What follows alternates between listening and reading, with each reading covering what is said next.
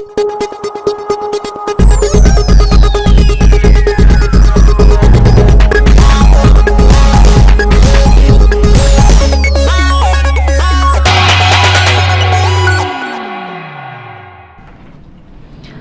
good evening. Welcome to Northeast Window. Northeast Window na sandok sabat Northeast Dialogue ta Jan MAIBAM na taram na okchari. Matam-matang mitolopa tungan-tungan ba isu singi matang da kananina na ba semzari pa platform Northeast Dialogue ki ngasi kananina ba sada sarugya bigani haidunay ko gi studio the election na library box but panelist ma'am da saktak jage ahan bada Jaliangrong United Committee Manipur gi president oibiri ba oza MEIBON FOCS oza bu Northeast Window gi studio da taram na okchari.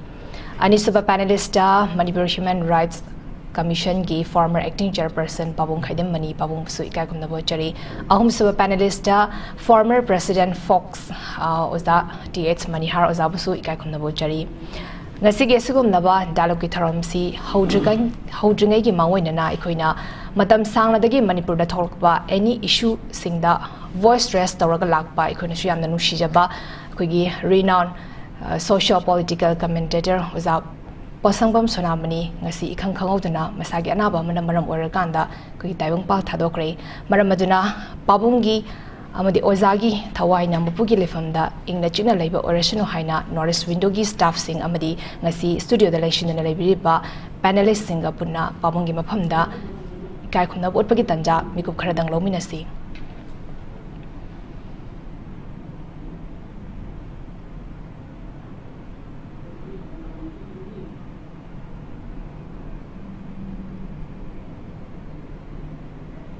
Tagachari, panelist ahumapu matung tarakpasu tasu akoi Pabung gumba kogi socio-political commentator amadi leibaki damakta ningzaba leibaki damakta thabak tawba kayama tholopo oration haiba wafam su thamjari ngasigi dialogue ki tharamda pokachari ba topic se Manipuri coming to encroach land in Assam haibani kogi Assam ki Chief Minister Himanta Sarmana kogi irai numita ngarang phongdo ki ba wafam da habitare press conference amada kogi Assam hariba leibak sida kogi Manipur dagi miyoi sing habitare kogi lam khopsin gi damakta koi Assam da illegal oina changapagi wafam sing phongdora pa masida mana phongdoi pese ahan da kogi illegal oina changa iba mi sing sna ahan bada la Changa matungda lawu singu ba hana tauba adui matungda mo mi sing pusala kanda maphamduda anoba khun sing tasalakpa mioi hena pusala kanda khogi tasalakpagi potse tugi mati yawe masigi matangda khogi Assam government ki maiki digi hariba sing se eviction ki process sing jata chathana bagi damakta su phongdo ki basu lei masida khoi Manipur ki context sa yanga su chap mane khogi illegal immigrants sing changsulakpa illegal oina changsulakpa mayam sina khun ana onoba maming thonjalaga tasalambagi potse hozima khogi hojik thoi ba Manipur ki crisis zo illegal immigrants na thon bane habagi pot am khaksulari ban namsi related oi ba habitare masigi matang daning si khanane na ba pokachari ba topic se ai ahan ba round ya ahan ba wahang sai babung da mak lak charge babung akoina topic da sulai sare koi Assam da Manipuri sing na koi lam khopchin ba lai habagi wafam ma kha koi Assam ki chief minister da phongdra ba wafam habitare masi Manipur gi da su yang kan da su koi Manipur da su illegal immigrants sing changa pagi positive ki matik lai khrabani but illegal oina changa ba se matam da government na habitare masi eviction tawna ba khogi tanthukna bagi pose hotna ram drabaduna khogi asugumba fibam se yorapa oigadori brand dragana masi local ba steps sing se dogi medik afaba khongtang ne lobi brabam kamai thamininge yam phajaba topic ni ada masigi komdringe da topic che da haidringe da sai ankai be mana haibi ke badu maina ai chu line amatang khogi lei hidraba akhoi katang bu hanbani akhoi maru oza Pasangbam Sonamani eminent socio-political analyst oiba aduga retired SP Nagaland gi oiba aduga social worker oina matam sang na tawrakpa loinana akhoi samang na yaujaba taragi chechu da su vice chairman oina lerambana machi khangdana indang waramda mayam marakti thadokdana mase isorgi khoya khada changja gare masigi da malai tabasigi awaba phongdokpa imung manungi awaba da ai samangna thamoi hakchang yauna adugi awaba da saru yajari mahak mapugi lekonda ingni chikna pothabu oirasanu hoje laiba machi khanaga deribe hiram sida Manipuri coming to encroach land in Assam Himanta Sarma Assam ki Chief Minister oibiriba Himanta Biswa Sarmana ngarang irai numita haikiba press conference amada kana thengna hobada hairibachi yamna lapa Manipur dagi mana Manipur se Assam ge hek thangnana leibani ado agoi thangna leba Manipur dagi haida dana yamna as far as Manipur from people from as far as Manipur dagi yam arapa Manipur dagi haidi more dagi oribra karina du yara pandre ko Manipuri haibanina mete olam dabsi ai oram suya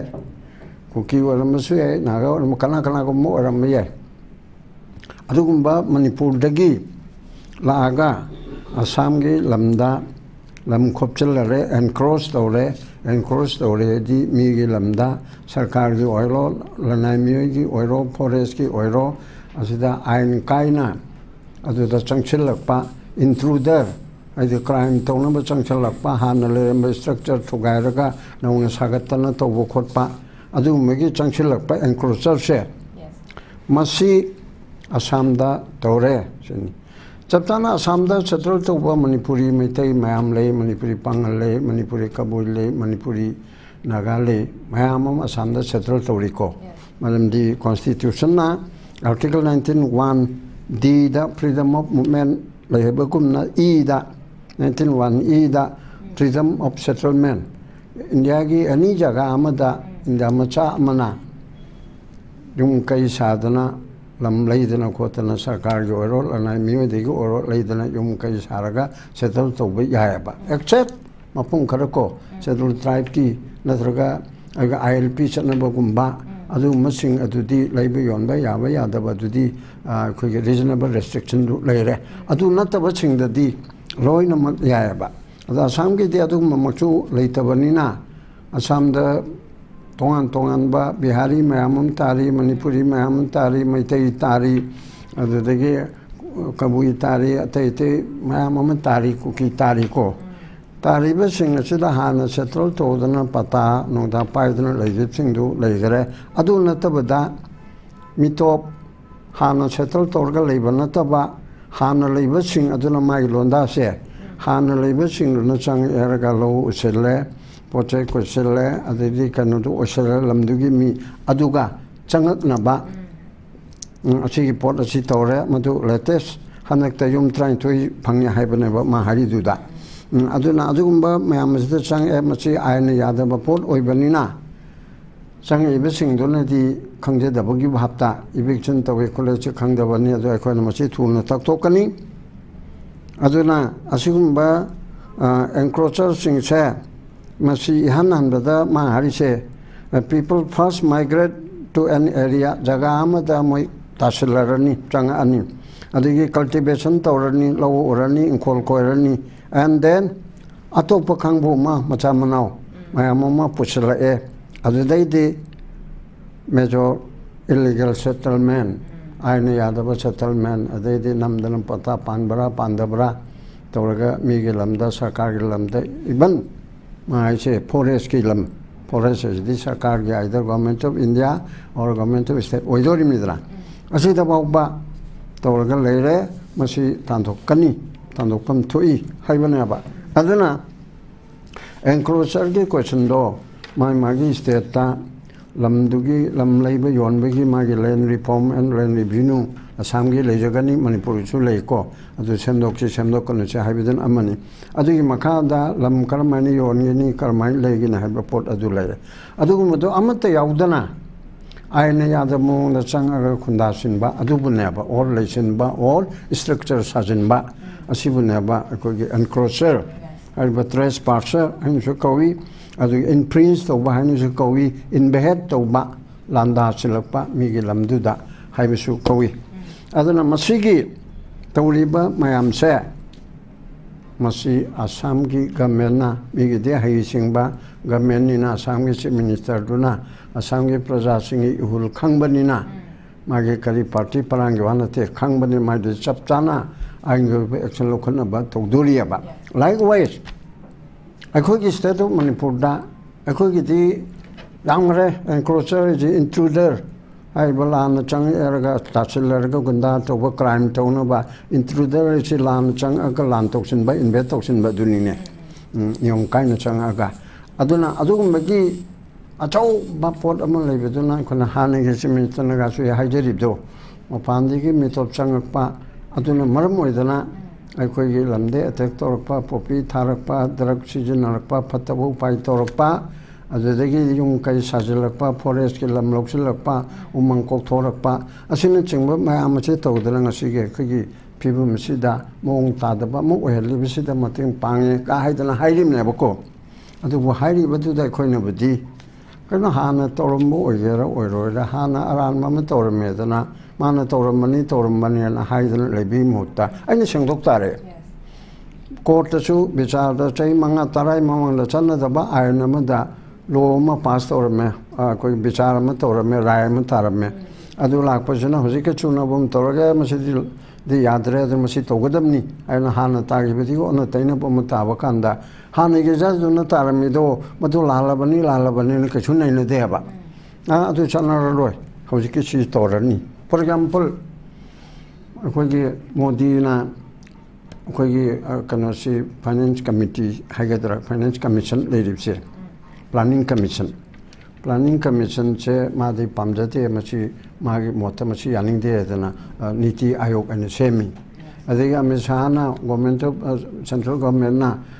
koi CHAIRPERSON IPC evidence act abse british ki thamamba remnam ni magi makhak ni aduna maje koi lol da hando ga semdok chimning khara torga tawni haidana bharatiya nyay sanghita alagi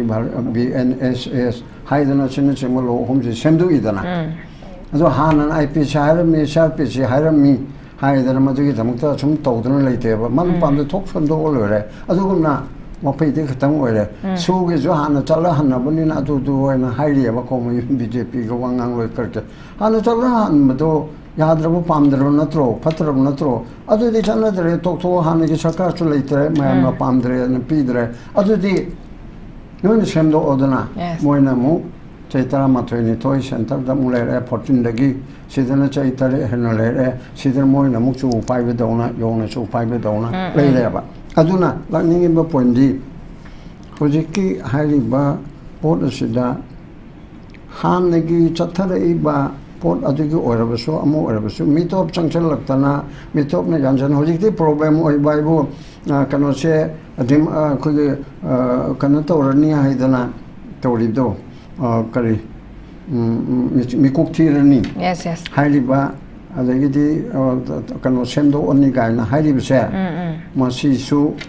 adugumba mitop leiriba mian cha leiriba adum illegal immigrant mayam si leina aduna la amara anira mangara leiriba adu leina mikok thiba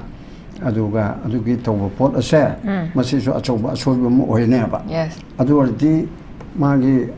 state chida leiriba kendra kontra chingtam chida leiribsida amazana chamyang khai chohum chani hengale amazana yang khai tang humpu dang hengale humra tang hengale adudi chihi naiba sang nai daba haiba pot mo oireba aduna delimitation tobada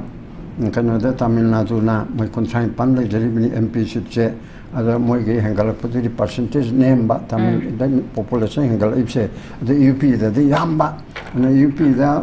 assembly da malphu le bado hengal de moi sam kun oiba asom da Tamil Nadu da kontra mapan ga MP le bado moi kun nipan da hantaba praman bu okay asi oire aduna masi chumde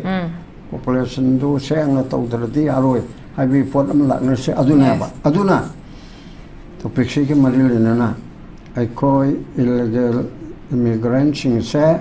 sab chana tan thok na ba koi na NRC national register of citizenship che Manipur da chana halu machi ke chana na ba hona ba da matam de changani adu punam adu tawdringa da di census su tausin ganu delimitation ki question su arise taude aina hainari bise sumana hanbaram okay kogi illegal oina changpagi amasing sa koi India gi state sing su domak masigi crisis domak ti thuoga issue she domak lai bani but kogi preside gi khangna kogi mafam tu gi lai ba kogi leaders sing sina kogi illegal oina chang iba kogi mi sing habitare masi matam gi oina taktok na bagi post se domak step se lokhalak bagi pot ni ai mathang se oza manihar da lakchagi oza phone की वाफम कुई जिबद Lakhimpur district eviction की process families अबाबूनसु हाइबीख्रे family 12 से फंगबगमे हाबनी मसिदा मणिपुर नगाउन मफम सिंगसिदगिनी मसि फंगिबसे दुइतारगदी मफम से eviction की process से चथरबने मणिपुर की सो खोगी illegal ओइना चंगइबगी post दमक लय but eviction की प्रोसेस से ममांग तक खोगी फॉरेस्ट एरिया दा प्रोटेक्टेड एरिया दा लेरंबगी सो खोगी इविक्शन की प्रोसेस से चथ but illegal oina changa illegal immigrants hai tare khoi gi manipur crisis da town involved toriba illegal immigrants hai tare makhoi shi gi hauze fabu gi oina makhoi se takthok na bagi process se government ki side gi tauri hai but masi bapung fana full oina tauba leirabra kamai thamini oza khoi gi ani shi comparison se yengna ma am ngaje ai koram jeri koding babu ai han bada notice koi ki dialogue ku yengbiriba lemo ki amti kai khonda bajugal loi use bagal loina na koi ga si manu matam chadra lai hidraba koi gi amna wana thabak matam chana tawinarpa antugumba the high platform sit jam to discussion yaudra manipur gi awar pa kya da men khatna ba thawtang logiramba aduga ma si discussion si khakna tana koi manai hedana manipuri northeast people sana northeast people of india hedana koi punna thabak si maitai myam ji punjalaga northeast ta riba maitai not only tongan phang ta riba maitai sing si koi ji hana sim pun bangam da bani ji punna na buki aso thawtang logiramba ki yamba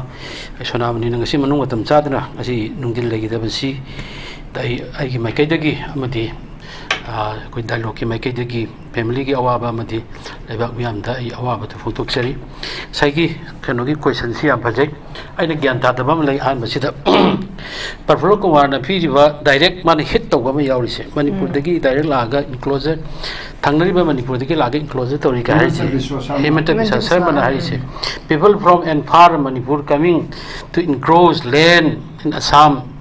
ka hai se masi khajitang mana clear oina haibira magati am phagada koi maru oina asida frankly speaking maitai amtana kana gumba amta chalaka koi enclose to ruba tang lejeru base koi leite meghaloi de khara lei bangladesh ai tholba machi yang wana ji phokta lei si kano ni moina lei si koi ki voter kano sufi da ba duka ration ka sufi da ba khongom de lei ni duka lakhipur hai ma pham che si hana koi ki ifai pogi wari da yengur kan da di somna kan da Assam Lakhipur ka heriba sigi Kasar district ai batare koi ki barak tampak si sidi maitai ne maximum ni tara me si sai sida koi ki oza abomai gi jalerung panam lei koi ki niare sida simal lei adike maitai pangan ana koi na heriba maitai pangan si am lei na matam mamda moi gi hariba kambu si si koi ki sungwari sana ba kanda thoidona mapan dagi sang kwai batari kuki nungki adike mar hasiki maram leile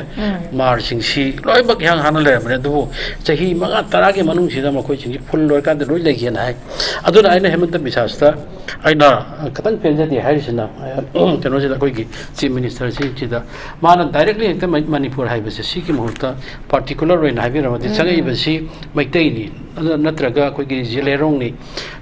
natraga na koi ki kuki ni mar ne na haibi kada bane ba ada masi haibi da na direct oni hit taw base sai sida koi na mangonda koi na chingna ba ma leiki maga koi ki amisa ga na chojan put the vote komba lakpa kanda koi ki hairam ba wadu koi ki kuki ki apa ma khuding mak makoi na vote si lor ma tung da sai na phol phil oina ba hona ga ni kan hairam ba wa pham dul leiyoni na ma sai sida mana sai da politics ama sanabra haibagi singna baduma koi masi thamdaba ngamde aduna koi akhangai me ana masi mamagi ngarang ang thokiba friday no mitanga gi mamagi basan ji statement ji phajana utang par kanda utang naina ba aduga mudu react to ma thokta hai baduma thamjage aduga nagong sidal lairiba na keno deki na Lakhipur ga nagong ji sidu haife dum lamna ba keno ni panam lamna riba si manung chida mai si Migi illegal cano haiter enclosure taruba family trying to have any trying to have a hard but the way Manila can Laga Moy Lamdi Kopselani, I think Magi relative Coxelagan can only have any Lahelagan to the South to Okanda, cultivation to Dramakoki Kingdom to everyone. Other than quite a time to keep though. My day Amanda Dana Sagi Moigi can the Selaganda, Adukumalam the Tab, I may take very timid. Seki example I have a Equina can see the Ziri Bangi Purvekra Hariba, Mapam Zida, a coin organized Orga, Bangladesh take a Chirapa, Assam on the kitchen for a Potipura the kitchen for Karamtamagi, Karimta later of a Kamuji, a quickie, voluntary man, Sanga Tarokanda, Ziri China announcing, Taimaxi China announcing Tarokanda, quick kinder Kandamakoida, Lam Pirakandamakoid, Losing Pirakanda, Lahenba the Gum can one never. The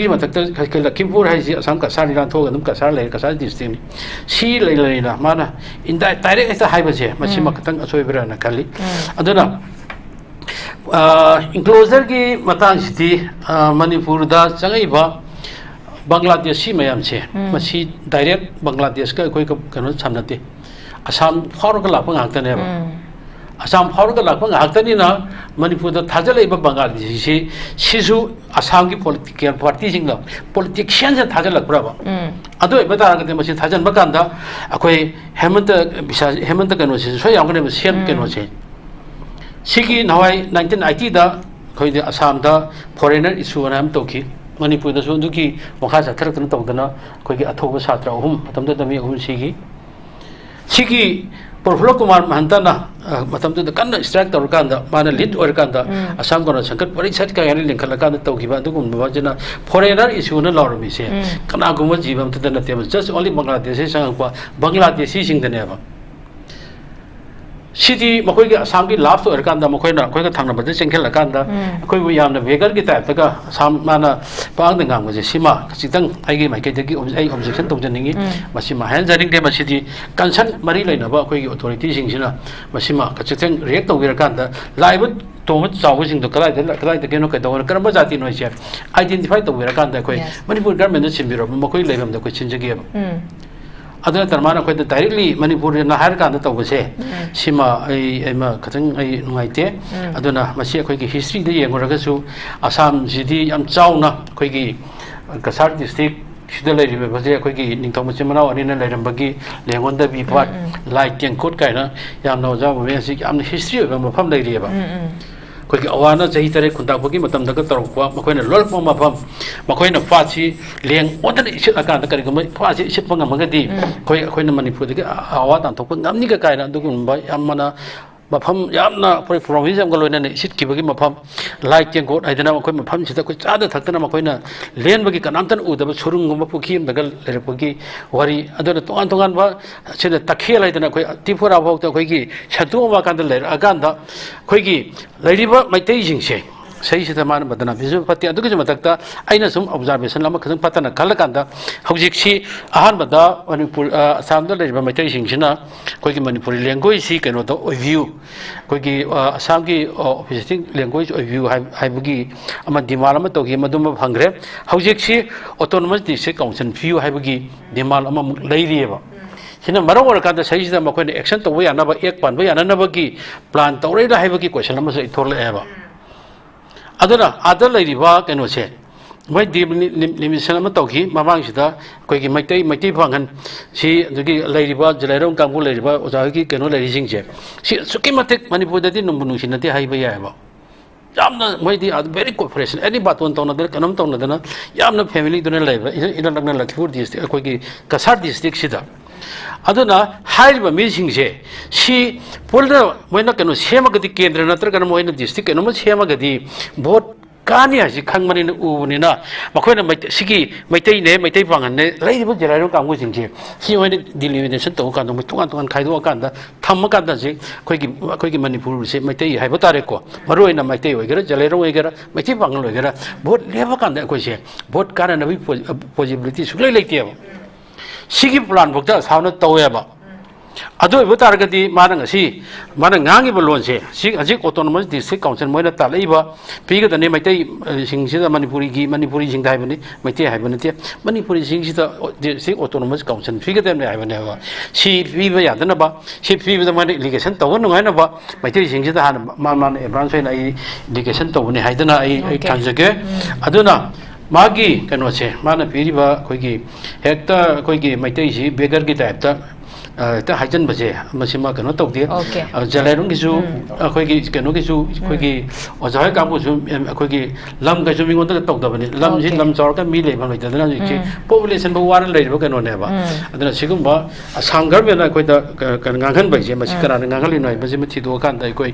ꯈꯖꯤꯛꯇꯪ ꯑꯩꯈꯣꯏ ꯑꯈꯪ ꯃꯌꯥꯝ ꯈꯪꯅ ꯑꯩꯈꯣꯏ ꯇꯥꯟꯅ ꯇꯤꯟꯅꯕ ꯃꯊꯧ ꯇꯥꯏ ꯍꯥꯏꯕꯗꯨ ꯑꯩ ꯊꯝꯖꯒꯦ ꯑꯣꯀꯦ ꯌꯥꯝ ꯐꯖꯅ ꯊꯝꯕꯤꯈ꯭ꯔꯦ ꯑꯣꯖꯥꯅ ꯑꯩꯈꯣꯏꯒꯤ ꯏꯂꯤꯒꯦꯜ ꯑꯣꯏꯅ ꯆꯪꯉꯛꯄꯁꯤꯒꯤ ꯃꯇꯥꯡꯗ ꯌꯥꯝꯅ ꯃꯔꯤꯛ ꯆꯨꯝꯅ ꯑꯦꯂꯥꯕꯣꯔꯦꯠ ꯇꯧꯔꯒꯁꯨ ꯊꯝꯕꯤꯈ꯭ꯔꯦ ꯑꯩꯈꯣꯏꯒꯤ ꯃꯩ ꯃꯊꯪꯁꯦ ꯑꯣꯖꯥ ꯃꯩꯕꯣꯟꯗ ꯂꯥꯛꯆꯒꯦ ꯑꯣꯖꯥ ꯑꯩꯈꯣꯏꯒꯤ ꯍꯤꯃꯟꯇ ꯕꯤꯁ꯭ꯋꯥ ꯁꯔꯃꯅ ꯐꯣꯡꯗꯣꯛꯄ ꯋꯥꯐꯝꯁꯤꯡꯗ ꯑꯩꯅ ꯁꯨꯝ ꯄꯣꯏꯟꯠꯁꯤꯡ ꯂꯧꯈꯠꯆꯔꯕꯗ ꯑꯩꯈꯣꯏꯒꯤ ꯉꯜꯂꯤꯉꯩ ꯃꯇꯝꯗꯗꯤ ꯑꯩꯈꯣꯏꯒꯤ ꯕꯪꯒ꯭ꯂꯥꯗꯦꯁꯤꯁꯤꯡꯁꯦ ꯑꯩꯈꯣꯏꯒꯤ ꯆꯪꯉꯛꯄ ꯃꯇꯝꯗ ꯊꯤꯡꯅꯕꯒꯤ ꯄ꯭ꯔꯣꯁꯦꯁꯁꯦ ꯁꯤꯁꯇꯦꯝꯁꯦ ꯂꯩꯔꯝꯗꯦ ꯍꯥꯏꯕꯅꯤ ꯑꯗꯨꯕꯨ ꯍꯧꯖꯤꯛꯇꯤ ꯑꯩꯈꯣꯏꯒꯤ ꯂꯩꯔꯦ ꯄꯥꯏꯈꯠꯂꯅꯤ ꯍꯥꯏꯕꯒꯤ ꯄꯣꯠ ꯑꯃꯈꯛꯁꯨ ꯌꯥꯎꯕ ꯍꯥꯏꯕ ꯇꯥꯔꯦ ꯍꯟꯗꯛ ꯇꯧꯈꯤꯕ ꯃꯇꯝꯁꯤꯗ ꯑꯩꯈꯣꯏꯒꯤ 16 ꯏꯂꯤꯒꯦꯜ ꯕꯪꯒ꯭ꯂꯥꯗꯦꯁꯤꯁꯨ ꯐꯪꯕ ꯉꯝꯈꯤꯕꯒꯤ ꯄꯣꯠ ꯑꯃꯈꯛꯁꯨ ꯂꯩ ꯕꯠ ꯍꯧꯖꯤꯛꯀꯤ ꯍꯥꯏꯔꯤꯕ ꯑꯩꯈꯣꯏꯒꯤ ꯃꯅꯤꯄꯨꯔ ꯍꯥꯏꯅ ꯗꯥꯏꯔꯦꯛ ꯄꯜꯂꯀꯥꯟꯗ ꯑꯩꯈꯣꯏꯒꯤ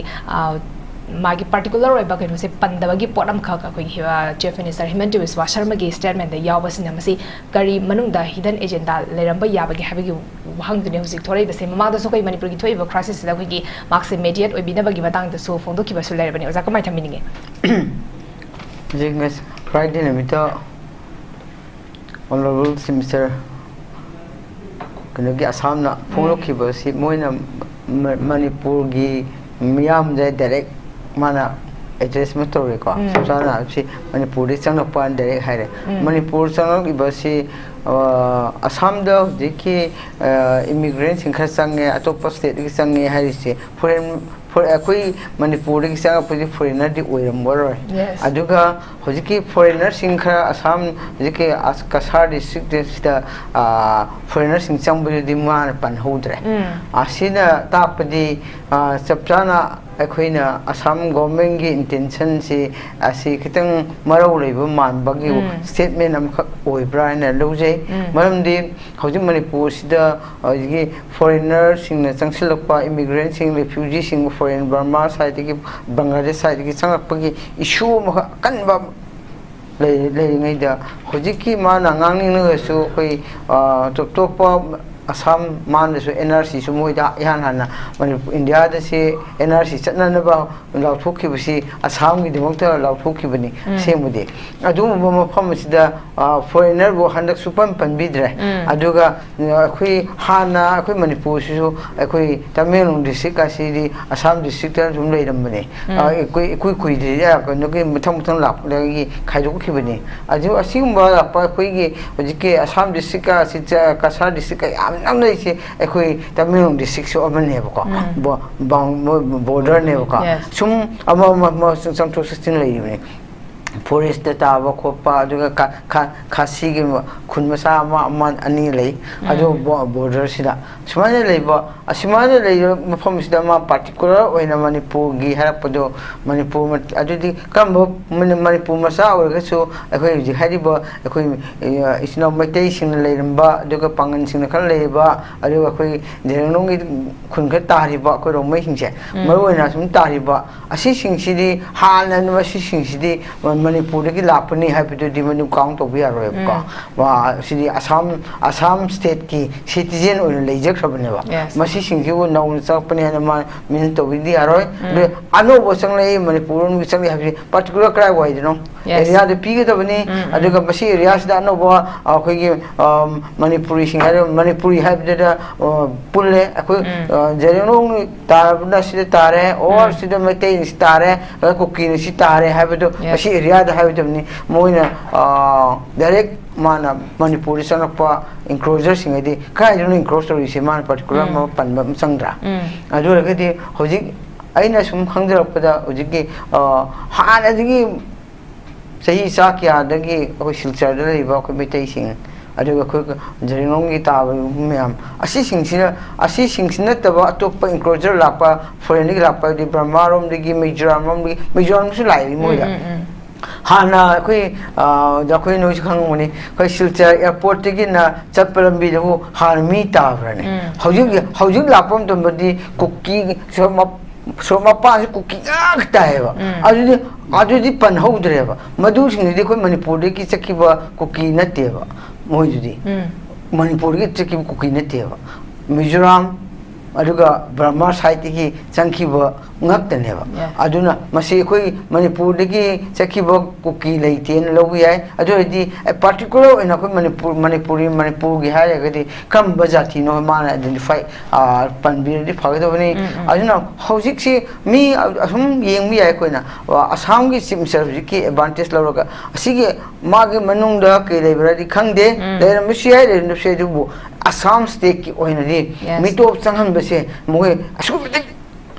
section yenge moi mi ing sing yenge Manipuri sangsunu adu foreigner sangsunu atopa state sangsunu musi tawiro ko lokthokani encroacher sing lokthokani lauri sha maromadi appreciate on ngai da ka oi makhoi gi se koi tamjani ngai de malai aduna masi lapuda ina kitang masi doctor mi gi simsasuna security yam section na district star papa check tong le yes adula akhoi Manipur ge ekitang panjege akhoi hujik le riba state sida yam charbo foreigner gi direct le riba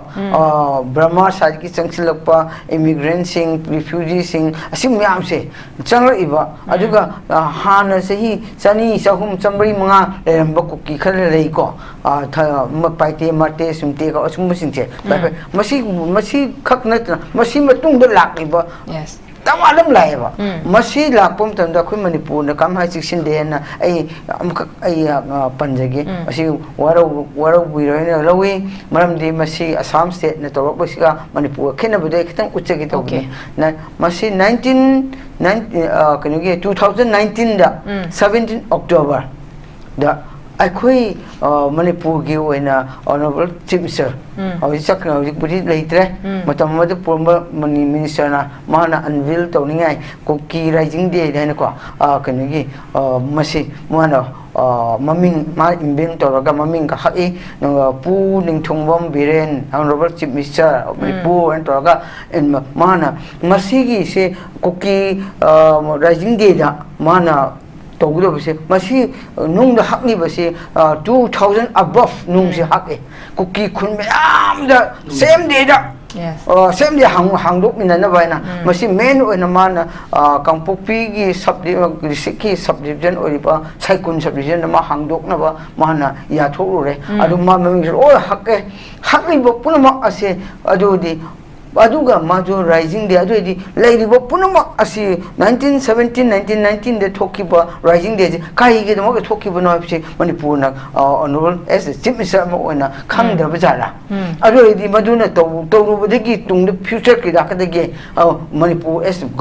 Manipur government mo oina madu uhau to basi la leng khali changsilakpa immigrant myam la changsilakpa lo kai changlaba ek kai na changsilakpa hoi irang thoisini masida adu hadi madu mo recognition pire adu pige to hadu UNC number tamadu da post rubadegi ma di chakhidre adubu haribo nung myam di yung na leireba aduga adugi matungda ma di satre aduga hafta amara ani matun cabinet meeting loroga haribo 1919 da cookie livelin haina lebini madugi misi government na cabinet decision loroga rising kanogi restricted holidays mu pibi reba to ai khone bhapmen ta daba Mahatmentar kai kamami no changla ise kamami no koi pi do ise kamai na recognize to no habu adom chang de mi ki state ri yong dan loji Manipur ki changla e hai bo se ekhui de het mi top changla e ho mo khadok no ngai de ke khando ro ye mo to re ba ko aduna ekhui si am section ho de ba ko aduna masi gum ba si amna pen de ba aduga 2021 da muga amusleri am de panjare ge adu moju su cabinet decision kamai lo ye ba cookie tribe se Manipur ki indigenous ne na muga lo bi re ba ko adu su gazette de phong e ba ko to ꯑꯁꯤꯒꯨꯝꯕ ꯑꯁꯣꯏꯕ ꯃꯌꯥꯝꯁꯤꯅ ꯂꯥꯛꯄꯗꯒꯤꯅꯦꯕ ꯍꯧꯖꯤꯛ ꯇꯧꯔꯤꯕ ꯃꯌꯥꯝꯁꯦ ꯍꯧꯖꯤꯛ ꯃꯅꯤꯄꯨꯔꯗ ꯍꯧꯖꯤꯛꯀꯤ ꯑꯁꯤ ꯏꯁꯨ ꯊꯣꯛꯏꯁꯦ ꯑꯗꯨꯗꯤ ꯀꯃꯥꯟ ꯇꯧꯔꯤꯕ ꯁ꯭ꯇꯦꯠ ꯔꯨꯜ ꯇꯧꯔꯤꯕ ꯁ꯭ꯇꯦꯠꯁꯤꯅ ꯃꯥꯒꯤ ꯁ꯭ꯇꯦꯠ ꯑꯁꯤꯒꯤ ꯃꯔꯝꯁꯦ ꯐꯖꯅ ꯈꯪꯗꯕ ꯃꯥꯒꯤ ꯃꯤꯇꯣꯞ ꯆꯪꯂꯛꯏꯁꯨ ꯌꯦꯡꯕꯤꯗꯕ ꯑꯗꯨꯒ ꯍꯧꯖꯤꯛꯅ ꯏꯔꯥꯡ ꯊꯣꯛꯇꯨꯅ ꯂꯩꯔꯦ ꯑꯗꯨ ꯀꯃꯥꯏꯅ ꯁꯣꯜꯕ ꯇꯧꯒꯅꯤ ꯑꯗꯨꯒ ꯀꯃꯥꯏꯅ ꯇꯦꯀꯜ ꯇꯧꯒꯅꯤ ꯃꯇꯝ ꯆꯥꯅ ꯇꯦꯀꯜ ꯇꯧꯗꯦ ꯍꯥꯏꯕꯗꯤ ꯃꯁꯤꯒꯤ ꯇꯣꯄꯤꯛꯀ ꯑꯩ ꯃꯔꯤ ꯂꯩꯅꯕꯤꯒ ꯍꯥꯏꯖꯕꯅꯤ ꯑꯗꯨꯅ ꯃꯁꯤ ꯑꯃ ꯂꯥꯛꯄ ꯃꯇꯝꯗ ꯑꯩꯅ ꯍꯧꯖꯤꯛꯀꯤ ꯑꯁꯥꯝꯒꯤ ꯑꯃꯨꯛꯀ ꯍꯥꯏꯖꯈꯤꯒꯦ ꯑꯃꯨꯛꯀ ꯍꯧꯖꯤꯛ ꯑꯁꯥꯝꯒꯤꯗ ꯑꯩꯅ ꯑꯣꯅꯔꯦꯕꯜ ꯆꯤꯐ ꯃꯤꯅꯤꯁꯇꯔ ꯑꯁꯥꯝꯅ ꯄꯥꯝꯂꯤꯕꯁꯤ ꯀꯩꯅꯣ ꯁ꯭ꯄꯦꯁꯤꯐꯤꯛ ꯑꯣꯏꯕ ꯍꯥꯏꯕꯤꯌꯣꯕ ꯍꯧꯖꯤꯛ ꯑꯗꯨ ꯑꯣꯏꯔꯒꯗꯤ ꯖꯤꯔꯤꯁꯤꯗ ꯍꯧꯖꯤꯛꯀꯤ ꯑꯁꯥꯝꯒꯤ ꯕꯦꯡꯒꯣꯂꯤꯁꯤꯡ ꯑꯁꯥꯝꯗ ꯂꯩꯔꯝꯕ ꯕꯦꯡꯒꯣꯂꯤꯁꯤꯡꯅ ꯆꯥꯛ ꯗꯃꯥꯗꯝ ꯂꯥꯛꯁꯤꯜꯂꯦꯕ ꯑꯩꯈꯣꯏ ꯃꯅꯤꯄꯨꯔꯒꯤ ꯃꯤꯅ ꯏꯂꯤꯒꯦꯟ ꯑꯣꯏꯔꯒ permission ꯂꯧꯗꯕꯤꯗ ꯑꯗꯨꯒ ꯑꯁꯥꯝꯗ encroach ꯇꯧꯕꯕꯨꯗꯤ ꯑꯁꯥꯝꯒꯤ ꯃꯤꯅ ꯖꯤꯗ ꯂꯥꯛꯄꯁꯤꯅ ꯊꯤꯅ ꯍꯦꯜꯂꯅꯤꯕꯀꯣ ꯑꯗꯨꯅ ꯑꯁꯤꯅꯦꯕ ꯑꯗꯨꯅꯦꯕ ꯑꯗꯨꯗꯤ ꯃꯤꯗꯤ ꯈꯤꯇꯪꯗ ꯌꯦꯡꯉꯦ ꯑꯩꯈꯣꯏꯅ ꯍꯧꯖꯤꯛ ꯑꯁꯥꯝ ꯍꯧꯖꯤꯛꯀꯤ ꯎꯁꯞ ꯎꯗꯤꯟꯅ ꯀꯥꯔꯤꯕ ꯃꯐꯝꯁꯦ ꯌꯦꯡꯕꯤꯌꯨꯕ ꯑꯁꯥꯝꯗ ꯂꯥꯛꯄ ꯕꯦꯡꯒꯣꯂꯤꯁꯤꯡꯁꯤꯅ ꯍꯦꯜꯂꯦꯕ ꯇꯃꯥꯗꯝ ꯍꯦꯜꯂꯦꯕꯀꯣ ꯇꯣ ꯑꯁꯤꯒꯨꯝꯕ ꯐꯥꯎ ꯑꯩꯈꯣꯏꯗꯤ ꯑꯗꯨꯝ ꯐꯥꯎ ꯆꯦꯛꯁꯤꯟꯅ ꯌꯦꯡꯗꯦ ꯑꯩꯈꯣꯏꯒꯤ ꯃꯅꯤꯄꯨꯔꯒꯤ ꯄ꯭ꯔꯖꯥ ꯃꯌꯥꯝꯁꯤ ꯃꯤ ꯐꯥꯔꯨꯕꯒꯤꯔ ꯑꯗꯨꯒ ꯃꯤꯅꯨꯡꯁꯤ ꯈꯪꯕꯒꯤꯔ ꯑꯁꯤꯒꯨꯝꯕ ꯑꯃꯗꯤ ꯂꯩꯔꯦꯕꯀꯣ ꯑꯗꯨꯅ ꯃꯤꯅꯨꯡꯁꯤ ꯈꯪꯃꯟꯕꯁꯨ ꯃꯔꯝ ꯆꯥꯗꯕ ꯃꯇꯝ ꯆꯥꯗ꯭ꯔꯒ ꯑꯗꯨꯒ ꯃꯔꯝ ꯆꯥꯗꯅ ꯃꯤꯅꯨꯡꯁꯤ ꯍꯦꯛꯇ ꯇꯧꯕꯁꯨ ꯂꯥꯜꯂꯦꯕꯀꯣ ꯃꯐꯝ ꯈꯪꯉ ꯑꯩꯗꯤ ꯇꯧꯍꯟꯅꯤꯡꯉꯦꯕ ꯑꯍꯥꯟꯕ ꯐꯥꯔꯁ ꯔꯥꯎꯟꯗ ꯑꯩ ꯊꯝꯖꯒꯦ ꯌꯥꯝ ꯐꯖꯅ ꯊꯝꯕꯤꯈ꯭ꯔꯦ ꯑꯩꯈꯣꯏ ꯀꯝꯄꯦꯔꯤꯖꯟ ꯑꯃꯈꯛ ꯑꯣꯖꯥ ꯃꯥꯏꯕꯣꯟꯅ ꯌꯥꯝ ꯐꯖꯅ ꯄꯨꯊꯣꯔꯛꯄꯤꯔꯛꯈ꯭ꯔꯦ ꯑꯩꯈꯣꯏꯒꯤ ꯁ꯭ꯇꯦꯠ ꯑꯅꯤꯁꯤꯒꯤ ꯑꯩꯈꯣꯏ ꯂꯩꯔꯤꯕ ꯑꯩꯈꯣꯏꯒꯤ ꯂꯤꯗꯔꯁꯤꯡꯁꯤꯅ ꯂꯧꯕ ꯏꯅꯤꯁꯤꯌꯦꯇꯤꯚꯁꯤꯡ ꯍꯥꯏꯕ ꯇꯥꯔꯦ ꯑꯩꯈꯣꯏ ꯏꯂꯤꯒꯦꯜ ꯑꯣꯏꯅ ꯆꯪꯉꯛꯄ ꯑꯩꯈꯣꯏꯒꯤ ꯏꯟꯀ꯭ꯔꯣꯁꯔꯁꯤꯡꯁꯤꯒꯤ ꯃꯇꯥꯡꯗ ꯑꯩ ꯑꯔꯣꯏꯕ ꯔꯥꯎꯟ ꯑꯩ ꯄꯥꯕꯨꯡꯗꯒꯤ ꯍꯧꯖꯒꯦ ꯄꯥꯕꯨꯡ ꯑꯩꯈꯣꯏꯒꯤ ꯃꯔꯝ ꯆꯥꯗꯅ ꯑꯩꯈꯣꯏꯒꯤ ꯏꯁꯥꯒꯤ ꯂꯝꯗ ꯑꯦꯟꯀ꯭ꯔꯣꯁ ꯇꯧꯔꯛꯄꯁꯦ ꯑꯩꯈꯣꯏꯒꯤ ꯀ꯭ꯔꯤꯃꯤꯅꯦꯜ ꯇ꯭ꯔꯦꯁꯄꯥꯁꯀꯤ ꯑꯣꯏꯕ ꯑꯦꯛ ꯑꯗꯒꯤ ꯃꯁꯤꯒꯤ ꯑꯣꯏꯕ ꯑꯩꯈꯣꯏꯒꯤ ꯂꯣꯒꯤ ꯑꯣꯏꯕ ꯂꯧꯈꯠꯐꯝ ꯊꯣꯛꯄ ꯑꯦꯛꯁꯟꯁꯦ ꯑꯗꯨꯛꯀꯤ ꯃꯇꯤꯛ ꯂꯩ ꯕꯠ ꯑꯩꯈꯣꯏꯒꯤ ꯍꯧꯖꯤꯛ ꯑꯣꯖꯥ ꯃꯥꯏꯕꯣꯟꯅꯁꯨ ꯍꯥꯏꯕꯤꯈ꯭ꯔꯦ ꯑꯩꯈꯣꯏꯒꯤ ꯑꯇꯣꯞꯄ ꯁ꯭ꯇꯦꯠꯀꯤꯗꯤ ꯑꯩꯈꯣꯏ ꯆꯤꯐ ꯃꯤꯅꯤꯁꯇꯔꯁꯤꯅ प्रजाꯒꯤ इहुल खंगना अखोगी नौरिकासिदा मी यामद्रिकासिदा बोक्ता अखोगी particularly have state की ममिंग फाव पल्लकाना मसिदगी चंगे हाबगी पोची यामना बोल्ड ओइबे स्टेटमेंट फोंदोई but Manipur की कॉन्टेक्स्ट ये अंकान मणिपुर इलीगल चंगपगी मसिंग अदुकी मतिक चिंगमदना लेखरबनी मरमदुना कोई प्रजासिंगना फावबदा NRC से चढ़ा हनबियो हाबगी पोट अमखक्सु लेरबनी 2026 तदी अमो अखोगी सेंसस टीबगी पोट अमखक्सु लाइ हारी मसी तौद्रिकादा कोई NRC चढ़ा हलो हाबगी पोट अमखक्सु लाइ मसिदा अखोगी इलीगल ओइना चंगपसगी मतांगदा अखोगी लोगे बे लखरफम तो पाइशन से अदुकी मतिक लेरबनी पाबोंसिगी मतांगदा कितंग थंबियो इलाबर तौबिरगा काम लई खरेदा लोगे ओइना लखरफम से लो चत्तबली पाक ओइरेबा फाइ लुरिबसि लो चत्तबगी नत्रो अखना चाहि अनिगा थानि ओहुम चंगिबा किलोमीटर तो हेनबा मपानी चंगपा सिंग मणिपुर थोगाइबो पाम्बा सुगी करी करी की तौबा कुकी टेररिस्ट कुकी मिलिटेंट कुकी प्रजा पुनमक नतबा अदुगुम्बा आराम अहुई तौबा मोहय अदुना मैतैदा लांदारकपा सिविल पॉपुलेशन दा मधुबु निंथि जना मणिपुर सरकारना मतमदगी तौगदबदु तौदबा अदुगा लोइनना मागी सेम डबल इंजिन गवर्नमेंट इना सेंटर न मतेंग पांगागा 355 ता सेंटर न मतेंग पांगबगी थबक अमा सु लेरिमि सिफाई मैम थारी बिदो लिसिंग हुंफुमदरा थारी बिदो अदु तौरगा तौरमदबगी पोट अमा लेरिबसे लो चत्तबगी वाने लो वी काई खुमनदबा सेंट्रल फोर्सेस सिंगना अदुगा सेंट्रल एजेंसी सिंगना लो व्यवहार तौबीबा नेग्लेक्ट तौबीबा मणिपुर दबु अमा मानी कदु ने गेने महि मनागी समासिदा हाइदना तौबु मयाम हंथना खोइसे लौरेबा अदुना हिरम अमा नत्रगा मा होजे मणिपुर सिबु पुमलोय लोइद्रिब्रो लौ इंकोन फांगे लौ ube यारोयदना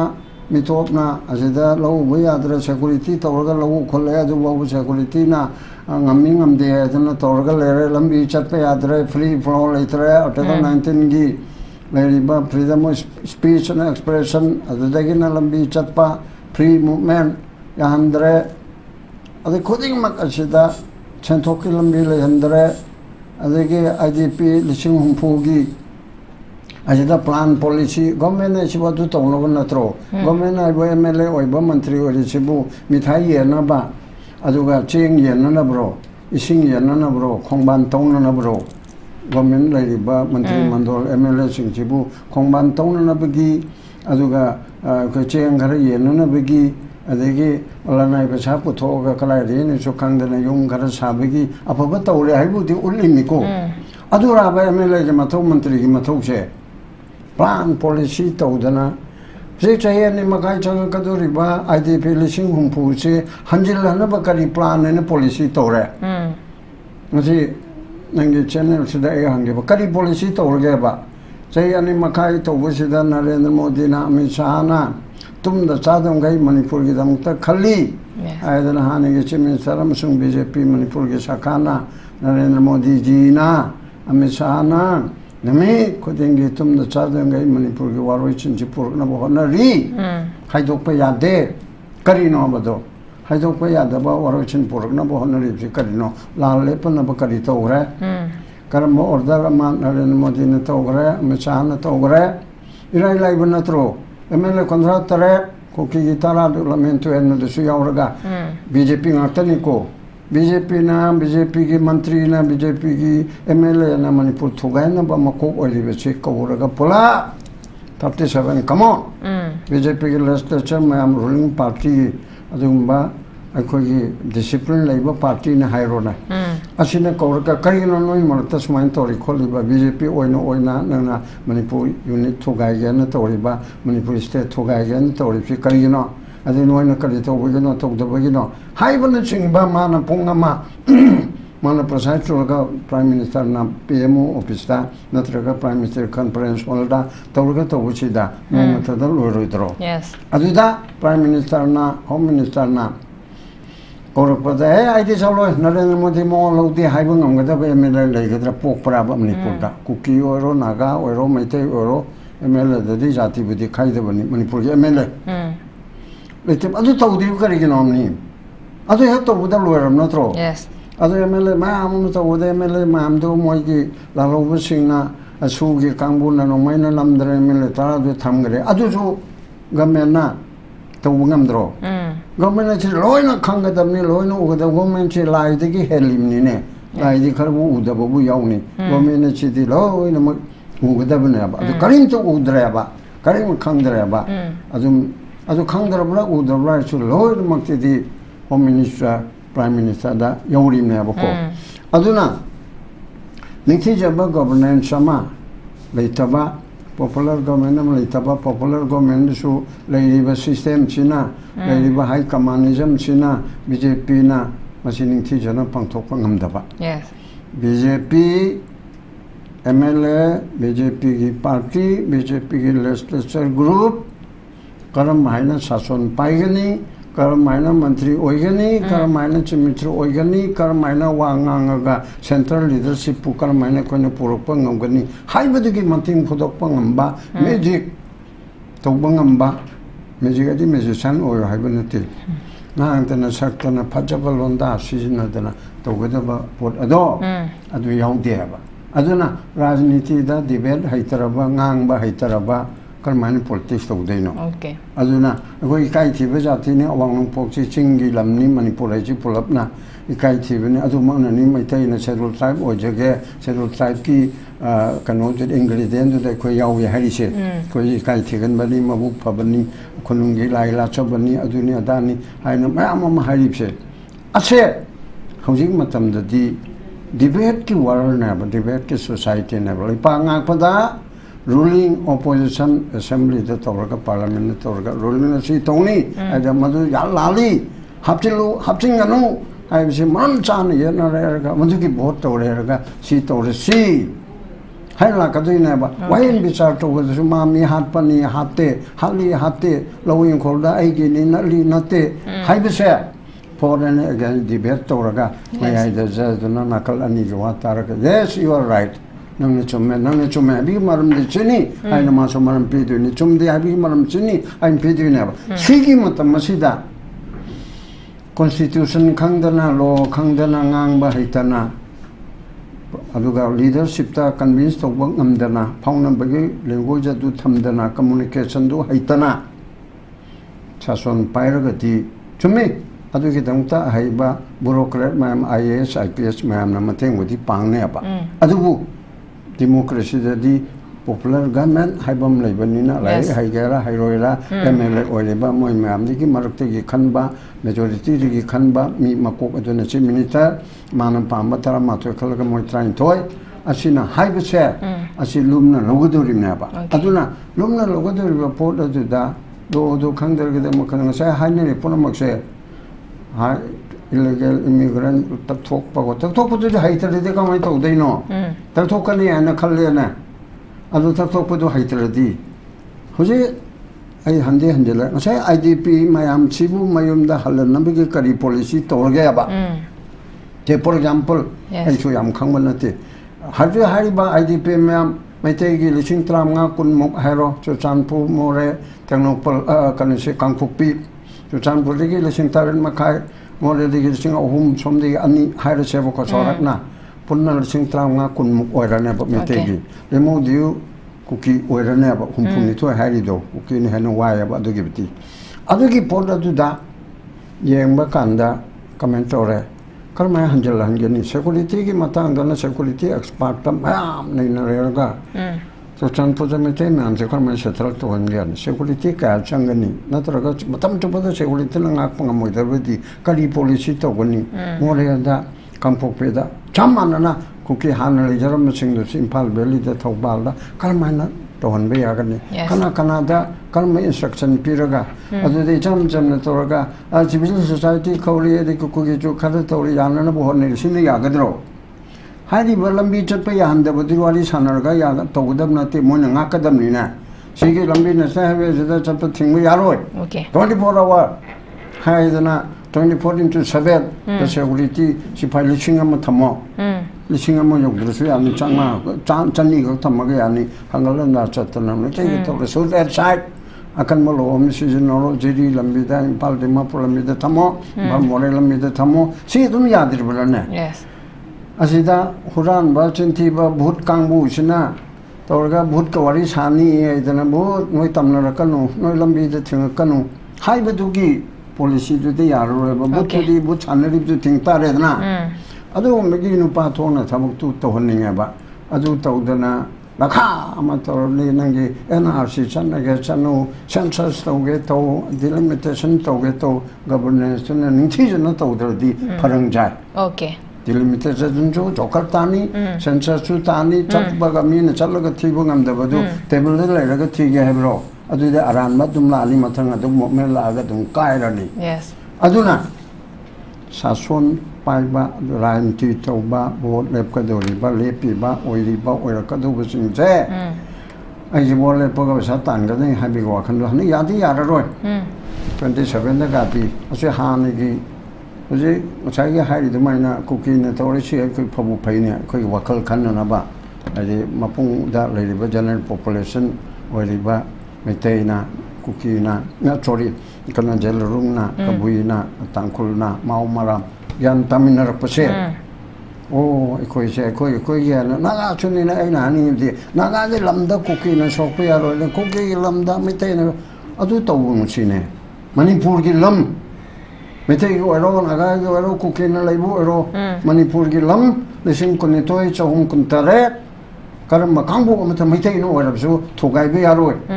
kuki no alam so naga no alam so pangan no alam so nepali no alam so yaro yes nising kun thoi chong kun tare nising naga gi ni kuki gi ni maitai gi ni tangkol gi ni adu pangan gi ni jelrung gi ni kabui gi ni kui pulop gi na ba ai gi lam si da yum nam kai si no ne sok pa yaro ai gi thawal si sok pa yaro kai gi nong patient dori bo okay ai che naga che long ching su la na kan me loi da ban chumi moina mogi angle amada political aspiration amada harangwani naga manipuri ge naga manipuri ge kuki manipuri ge mete manipuri pangal oi sayabani manipuri ge one and all manipur oneness highways da long live manipur is da naga no sulauje mete no sulauje pangal na jo kuki manipur ge asemu kuki haitare asina laupam thoya ba aduna tara ma pani ge chang pasing na de krai ding laude ge okay atu mana thengna ra kanda achi to ga da bne aroi beda ekhoi gi politics to biri besing ase la su haiba lo khara tbu lo khangbai bi ju kin khak tan oi gadam na te mapung pha ba nagari ama ore bedi lo se ai gi laipak ki wain sa sun che aina khang da ba ya de maru na ranti chori ba regional party national party puna ma ga sidi lo si khang da chunga ya de ba tika to wi gi rule do khang ga ml kar kan da na bhoje khona mang ip se ai da na khoi gyan ta mina bam changi ting ta ma ma to na khoi pun mina bam changi okay am hasan thambi kre ba na khoi gi leba ki ne thopi rai ba khoi leaders sing representatives sing sinai khoi gi mapung fana maki lairiba khoi gi lamdam se khoi gi phasana mapung fana khoi gi ngak sen nabagi hona ba matam da khoi gi khangbam thokpa sing khoi khangba tangai phade hawa fu dane ai oza mani harda lakse gi oza khoi gi atopa state ki di chief minister na khoi gi land in process sing gi mathak da khoi evision tarakani yeng salagani habe porang khong sulai manipur da yeng ragadi manipur gi khoi gi manipur da lai rabani na khoi gi ani kaino aba khak la ko matam da manipuri context to pasala ga khoi khana basi de mahausa de but manipuri context da yeng ka de khoi gi lam khopsil lamba sing se khoi gi tasala ka da khoi gi khullamoi na tasalamba masigi poset da mak thengna re aduga khoi gi illegal immigrants sing na illegal oina jang pa mi sing sa voter right for biram bagi pot se khoi thengna kharbani masigi matam di za kamai thamini nge yamna kanu toy khoi je ataki Himanta khoi gi chief minister khoi ga Assam langa haide isi khoi ki keno ma election tawning bagi masa gi lamji da masa gi mi jing thamning bagi wakhalama lakwa adu je matakta khoi gi Assam si khwai di gi hena foreigner level lam hai bitare kasi Brahmaputra mapa anda le ba Bangladesh si me am khoi gi am pura refugees ani ngai thani ngai bo leita ba du ko ma am ma tonga to amra khoi gi Assam gi sai gi Barak village ai se phil sang ai ba me am aduna ta tongan Assam si di Assami dagi phajana counter bokan Bengali ne hena am mane ba to minute tor mane ba wi se aduna ai da thamjani si khoi gi soi gi basi Assam gi su ai Manipur gi lak se ke ku context Assam gi soi gi basi kamai to ke bo ai na nawai passport si Guwahati da longari ga ta Manipur da longri ga da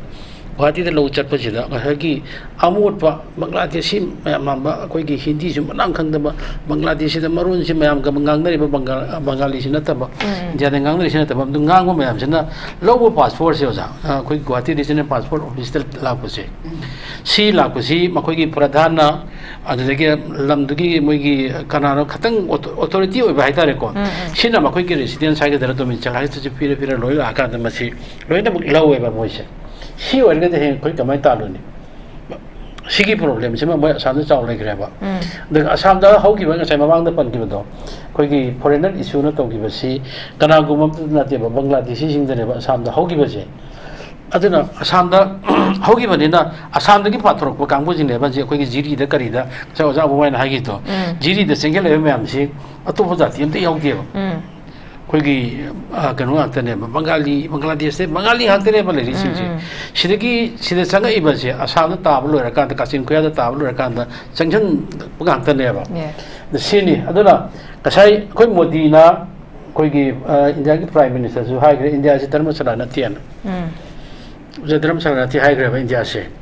Adana Moy Adala Aga Pong Levi Array, the Nama statement, Mangaragi, can the summer pea when they cover the Sangai and many things gave that. Aduna, Lady Ba, Manipur, India, si, Mapandagi Sangapa, illegal migrants in China, here Kanuto, the Marata Sale, the Namakoi Sing, Kantok Naba, the Mokish Logi Oba, Indian Constitution Giva, not Rakotongan, but Loma Torkanda, Makoi Sing, Quickie, Masama Sakilam, the Halan Guinea Kaina, the statement of my Tianazi. Aduna City Navasina Maram or Ganda, Himanta Okogi, Assam chief minister, Himanta Ceremony, Lola Ibase. Mokogi Pong, Pong of Amali, Adana, Simoina, Pazana Sikum, India, the Gi, India Masanataba, Kogi illegal migrants in the country have a target and the Pamdoriva, and Chitiki Pamdoriva, Peramisi, the Mogoshigi, a quick Noma, Okalaga, Masila Hobama, Matota, have to my items again. Adana, Manipur the D, Todona, I think lady, Manipur the lady issues, Nasakutam in about the Harame, Cookie City, Masidi, Kanagumum, the Yadram, Manipur, they are not indigenous people. Cookie Maminji, Masidi, a quick Manipur, Lokado, Zabo, this way on in Grave. Sima. Aduna Manipur the lady problem si cookie problem si Kuki की problem से नहीं अदुना असम भोक्ता forester की कनोसी forester की reserve forest अदुगी मकोई की फॉरेस्ट कनो कन लरी सिंग सी याम फजना nga कांदा अचो अचो असम जी कोई दगी डबल ट्रिपल नेशन चावरिजे अदुना मकोई की लम चटप कांदा कोई की दुकान दुकान मफम से चिंग की लम से कोई सुम गाड़ी थरो का लाको कोठवा कारभेलों का सी जंगल पनाम चली जन सी आम फजना फॉरेस्टर की ने मोई चे लोइमक उ जी सोरंग पा जे लोइ थे थे तमी उ हा कांदा दे तोंगा तोंगा मफम से फ्रंगा द फॉरेस्टर में जे असम की ने ना याम फजना फॉरेस्ट कन तोयबा अदु चावनी ना नत्रग तु डिस्ट्रिक्ट एडमिनिस्ट्रेशन दुना एयाब फ्रिगल लहन बनि खंगदे अमनि खंगदे तोंदल लहन बे वादी खंगरे को अदुगा मणिपुर की सी टोटली फेल नेबा मणिपुर द लरिबा फॉरेस्टर की करी एनी डिपो वगैरह अदर रेंजर वगैरह आमो वगैरह फॉरेस्टर गार्ड वगैरह सिदी मणिपुर दि टोटली सिदी लो लेतब क चप माने सिंग की एरिया जिंग सिदा फॉरेस्टर की कामो जिंग रमाय खन चाना दो दुम लहल लंगनी पैसा खर लौर कांदा वही लेबा काय दबा लेबा नुक्सी दबा इलेक्शन माइग्रेशन संगा कांदा कोई प्रॉब्लम क्रिएट तौर के आइसे सिबुदी मोर इंपोर्टेंट वही पैसा कलेक्शन तौने ना इंपोर्टेंट ओइबुगी वखल अमा अखोय की मणिपुर की कांगफो जिंग द खर चेले इ द तोंग द मसी मन लोक मथौ तायबा अदुना कोई मखोजे कनो तो के हाइबा तारगदी मणिपुर दा जी इराय लाइने कोई फॉरेनर खंदोक माने इलेक्शन खंदोक से कुकी द चेक तौर कुकी खंदोक खर लोरे तै तो दोक लेते अदुगी अमना बांग्लादेश संग खरम गले असीदी दम लय हाइना गदम निको अखोई आइगी केनोने ना लोन माने नत्रगा आइगी धर्म माने ना ओजा मसी लोट मथौ तादेबा बांग्लादेश संग खरम अदु लैब मोर केनोदी ख्वाइदगे ना संग इसे बांग्लादेश तकी दो केनोदगी संग इबसिंग छिना यामनेबा म्यांमार दगी संग इबसिंग छिना यस अदुना सी इरालाना खंतोक कांदा मणिपुर शांति ओइनेबा याम थोना शांति ओइने अदुना मसीगी लैब एडमिनिस्ट्रेशन से डिस्ट्रिक्ट एडमिनिस्ट्रेशन से मागी मागी मथौ से सी याम फजना तहन बा मथौ ताई मन अखोगी मणिपुर की नेक्स्ट अखोगी इट मे बी अंत की ताम से साजे दरे कोइना पॉपुलर गवर्नमेंट कना हारि से सही से लाकदोरी बा भद्रलोक से एनी लेबाक की हेड ऑफ द स्टेट ओइगदोरी बा सुंबा नत्रग लेबाक से लुचिंग गदोरी बा कैबिनेट मैम जे सिटी मथौ ना लेबा मरिंग जे लेबा लेबाक की खनबा मियाम जे के खनबा अदुगुम तुंगी फ्यूचर की खनबा अदुगुम मथौ तायबा अदुना तना आइगी ngसागी आइगी मागी फॉरेस्ट दुदी चांदिल दा ताबदी पैसा खरान थोकनी कांफो की ताबना खरा वाटनी अदुदा ताबना वाट तबना अदुदा सिगी वानोम चैरोम सिंगजे not only forester each and every department से मीजिंग सी अदुदा तारदी अस मादी पैसा पाइ नहीं है थाइना मोरेदा है नहीं मोरेदा पुलिस तारदी पैसा पाइ नहीं अदु पारदी पैसा पाइ सिगी हैबिट से सिमा लोक तो ताबा अदुना कोई मणिपुर दा कोई की आइना साइ थमजगी बदो अदुना कोई दा मणिपुर दसु फॉरेनर इशू न तोकी बदु कोई न तोकी बदु मरु ओइना कनो जिंग दना याम बनी मदम दुदा कोई की छात्र नि सिगी है बदो असम दगी संगलक मयामा दगी मसक सेरोक दा 19 कनो दा 71 की बांग्लादेश पाकिस्तान वार दा सेरोसिदा कोई इंदिरा गांधी थाजला कांदा बांग्लादेश मयाम लगी बनी सिसु अजिक दम सेटल तरो लगी बनी सिगु मोसी यंगथन मथौक ताई अदुगा मरुवेना अदुगु बजिंदु थामकांदा ख्वाइदगी हजिक रनिंग इशू एरिबा कोई की इशू मणिपुर की शांति पोरक्से हाइबा तारगदी लैरिबा कुकी जिंगसे सितो यामना स्ट्रिक ओइना हजिक कोई तव मथौक ताई अदुगा लागदर पार्लियामेंट अंतकी नोंजुमी फम हाइगदरा तौदोरिबा तारिख कुमार थोदगी फमदोरिबा जिजु नान मोय पॉइंट खरा पकट पद्धति केनो याउद्रे कोई की मणिपुर दा पॉपुलर गवर्नमेंट सेनबगी याउद्रे हाना मोगी एनिमेटेड सस्पेंशन से PHAOMEI एक्सटेंड तौगी ओइना वाफम ओइना लेग्रे लाइक दैट अदु अटारगसु असागी सिगी इशू जिजु इशू हनबा इशू सी मखा चथर को याबनीना मखा चथर तनबगीदमक्ता सिदा अमा लौरकांदा मणिपुर दसु असम दा इंडिया के मफम जिंदा मोदीना अखोई की इंडिया सि धर्म सारा नती अखोई तो अतोफरम की मी लेफम नती मोगी रिफ्यूजी के लेफम नती ना हाइबदो अदुगी वाखंदु मणिपुर दसु अतोफ मितो सिंगी संगन लोइना हाइबगी वाखलोंदो अदु खबीरकांदा पार्लियामेंट से वाफम दम पुथो क्यू हाइबो वाफम जिमा आई थमजगे ओके am फजन थंबरके कोगी लाखदोरिबो अगस्त 21 दगी सो कोगी पार्लियामेंट की monsoon season monsoon ge kado mi fa phanggo dorabani but masida khogi ozan su thambi ki ba khogi manipur gi issue gi matang da su pukhat kani habe gi porang khong so khogi MP gi matang da gi su MP gi mafun de mai ke de gi su phone ki ba su le rabani e lo shilba conclusion pon ozam MEIBON da lak chagi ozam khogi ꯍꯥꯟꯅ ꯗꯒꯤ ꯁꯣꯅ ꯈꯣꯏ Manipur gi thoiba crisis da illegal immigrants illegal influx sina changsalak da gi thoibane habagi achoba issue marama khaksu lerabane but moise mapung fana khoi gi masagi maram da halan kinaba gi pot se hosiba mapung fana pangthokpa ngamdaba haba tare but manipur da mu president's rule set lerabane august ki 13 da di president's rule 6 months complete oigadorabane makhata na khoi gi president's rule set mak extend tawgadran jagana popular government ama semak kadara habagi pot se hosiba praja sing da nangba makhak oiraga leibani bakhatana president's rule thamaga na khogi illegal influx sing sa khogi masi thingbagi process na kamdo baduga popular government ama semaga na masigi illegal influx sing sa koi thingnabagi process se makhatara chathara kadara habagi polang hosule leibani duga yamna fresh aba paung khakta khoi ngasi se koi manipur democratic alliance ki convener m tombina fondo ki bada khoi gi makhatana president's rule se tham bagi pot leite lakliba august ki har ba jail se khoi popular government ama semak pa yabagi thajaba se lei habagi polang khaksu fongdoi masida khoi gi makhat tana khoi gi president's rule thamaga na natraga popular government semaga na lakador ba consequences sing habitar illegal influx sing gi matang da kamai tham inga za misi khoina yengmi abasi arawi balong stand thamjani budi hojil leriba khoi gi manipur gi situation hojik gi amna charang na ba lakliba issue si akhoi misi problem masi kamai na tawde gi amda hojik lakadriba akhoi praja manipur praja miyam aduga manipur gi politician sing aduga leriba civil organization sing gi akha khra sangsilakpa khongjang step asi ai lan brand lo we ko kai gi no bo masi khoina jiki foreigner ki takthokpa immigrant sing takthokpa illegal immigrant aduga laidiba foreigner sangsilakpa aduga ai khoina foreigner sing sangsilaga ai khoi manipur gi indigenous miyam sibu moina hat patuppa me kai mai thadokpa khodokpa tawriba issue asi loishin bi yana badune ai khoina pamdeba sidi hojik leriba manipur praja miyam go khalonda president run kan extension tawraga na bapa khapi yauri kana aduga phome government gi amuga no government laga harabu oina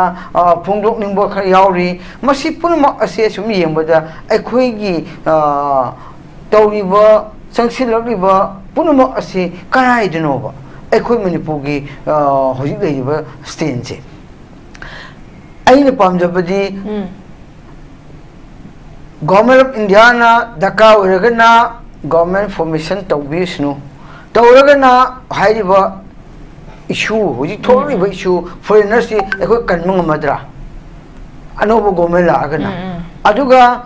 masi la agadi soina ngamani hagadi hana leiramnaga ngamdribane bako adu ngamna bagi kai sep logani yes hojik anobo government la aga ngamani haidi kai demakta han leiramag group to government do kai ngamdrino kai ge center pressure pibu ngamdrino adu hana leiramba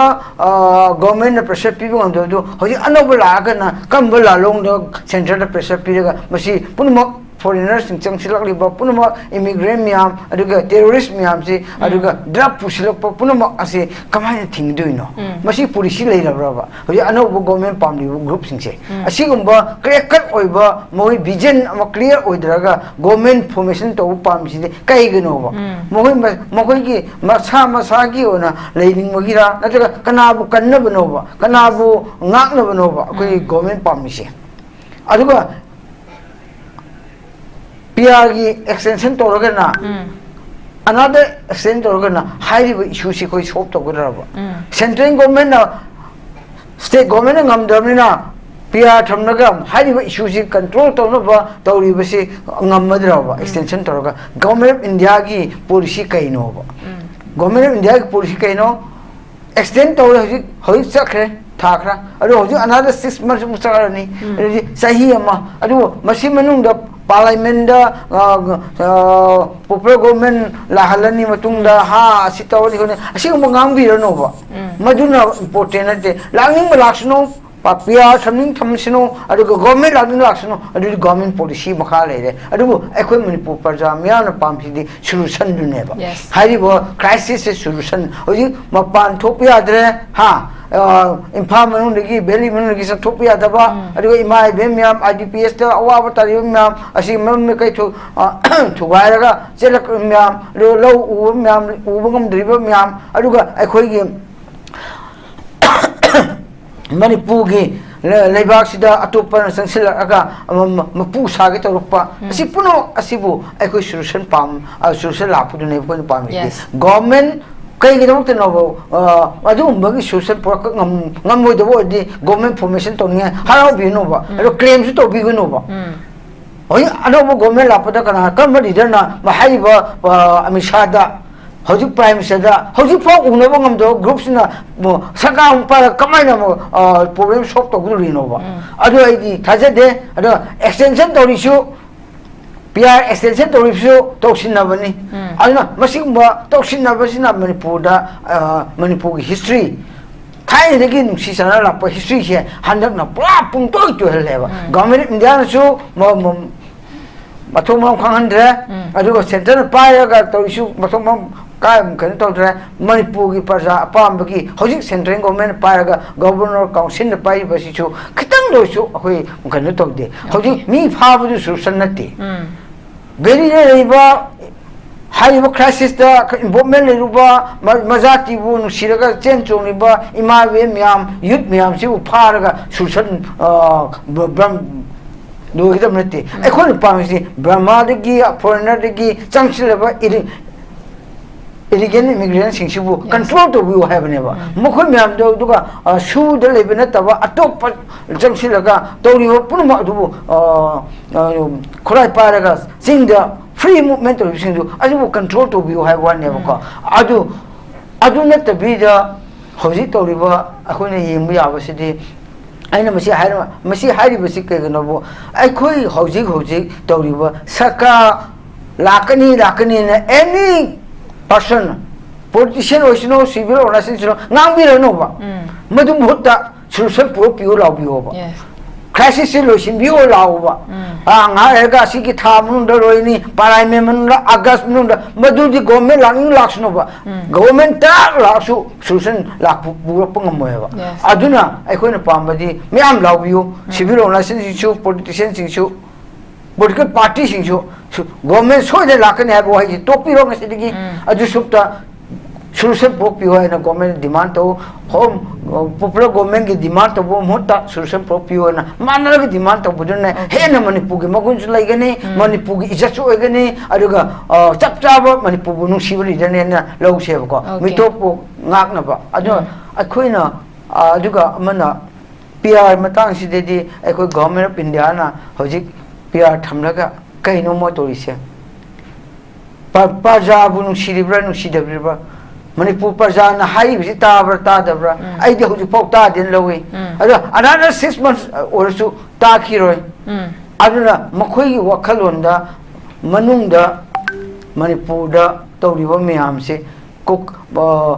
Manipur da handak irang sida akhoi khorai kha munki ba khoki ba du khak to uba male foreigners chang pa du u da male ba ko madu khak lo khat laga lo khat ba roi dri ngai da lo khat dri ngai da sarkar pu haning da ba aduga ma ba madu lo khat dri ngai da solution pining da ba madu gi wakhalon lei raga sanabo agadi madu di akhoi central government singna central gi parliament prime minister home ministry na masi to bi to fai ajuna masi taseng na madu control to tung de ing na tam to raga hairi ba sing su mara le ba phaki bi ke su akability adubu parja da harassment piri ba sing sidi athu matam da central government na mi ing sing bi raga lo sim bi ha be wa hai se thamjage okay am present bigger ozao mangnai ki Manipuri coming to Encroach land in Assam haba akogi Himanta Biswasar mana phongdo ki basugum na phongdo ki ba wafam sida kogi Assam ge chief minister na local bus legal oina changak pa mitop sing khandok na bagi matang local bus step sing sida kogi Manipur gi su kogi Manipur gi process rule da chalai biri ba kogi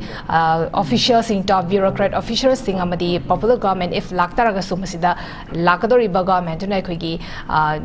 illegal oina chongsalai ba Manipuri crisis da khoi gi man oina January ba khoi illegal immigrants sing se tak tok pada du ki matik khoi gi prajasana na panga da initiative sing to log have often sigal loina na ngasi gi dalok ki tharam se mapung fam bi gi da magta so za MEIBON oza manihar amadi pa mani thagat ba fundok jari mada sida north east window sandok sa ba north east dalok roshin jari miang tabiri ba singo muka hanna khurum jari Haksang phana thamge hairabadi Iramda masimakta laiba khwaidagi pharaba hospital singi manungda ama oiriba Babina Hospital leijari mafam asida thajaba yaraba amadi sel yamna changdana specialty kun henbada ana layeng bagi khudong chaba pizari pediatrics cardiology cosmetic surgery amadi specialty makal makha kayada aikhogi specialist singna marik chumna thawai hakchang yauna layeng jari aduna state wangmada amu kari gi chatlugani aikhogi Manipur da su hogikti awang bathaki health care fanglabada matam mangan biraganu sel hena tingan biraganu aikhogi specialist singdagi malemgi apaba thaki layeng patak yumpam oiba service lobiyu Babina Hospital where hope meets compassion akupa marol gidamak Babina Hospital Sajiwa Jail Road Khabai Soi Imphal East lengsin birau natraga aikhogi phone number 6909 390666 ta call tobirau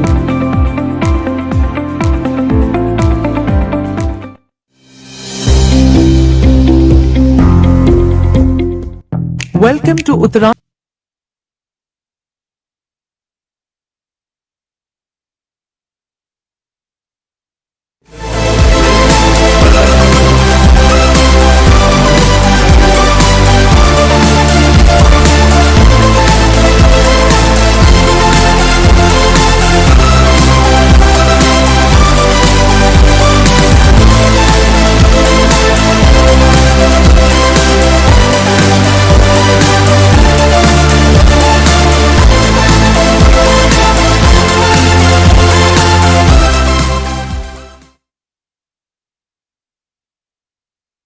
पैसा यामना लेजदबा मी सिंगी हदि लाइरब सिंगी दमक्तदि यामना खुदों साइ कोन tuition fee P हादना सिदा education मोई system सिदा फजना सोइब खत केम त लेते फजना तंबी hospital amada doctor amana mai pakna ba khonarpa matamda haithoi singthoiraba paramedics amadi healthcare technician singi achauba thodang le JR Institute of Medical Sciences ta degree amadi diploma in MLT OTT RIT diabetes management clinical nutrition asina chingba paramedical gi field da yamna thak wanglaba education amadi hands on training izari Pharmacy Council of India na approved tauraba pharmacy ki diploma course su yamna affordable oiba fee structure da izari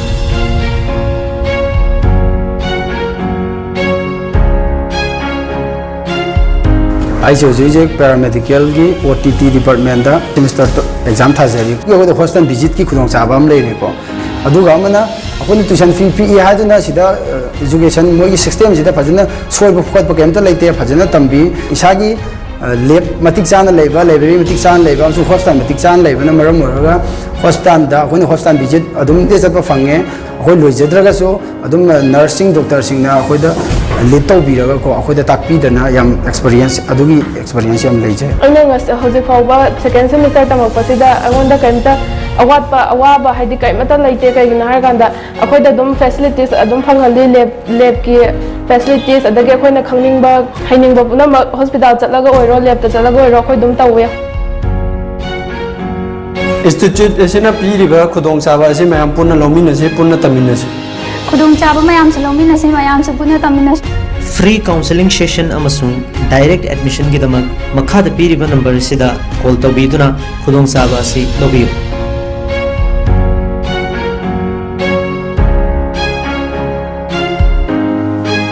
chahi khudingi miyoi lising kaya NEET exam da qualified oiragasu sunnatagi miyoi khadam government selection phangduna MBBS tambai khudong saba phang lemhoriba NEET qualified oiraba student sing da wahang khara lae makhoi ne MBBS tambagi manglan ji mangphang roidra makhoi gi damak lambi amata leitrabra lairaba mahairoi sing na karam na MBBS tambai agani foreign da chatuna MBBS tamnari se kayagi matik lubagi haibana chingba wahang mam lae wahang sing sigi pawkham adu poduna lakche adom na NEET qualified oiraba malem gi tongan tongan mafam kaya da government college kaya amada admission tobai khudong chaba adu poduna lakche sel gi khudong chadaba mahairoi sing na education loan gi mateng lauduna MBBS tambai khudong chaba so leijagani chahi kun hena mahairoi lising kaya Russia China Kazakhstan, Uzbekistan, amadi Bangladesh yauna tongan balaibak singda MBBS admission da mangjil thana mating pangduna laklaba JR International Education Consultant da lengsin biro. FMG natraga next exam ki damak foundation coaching facility su laigani. Aduga entire notice manung da best FMG exam results puthokuna lakliba consultancy amani. Akup detail ki damak pi number se contact tabiyo natraga notice window TV building da lengsin biro.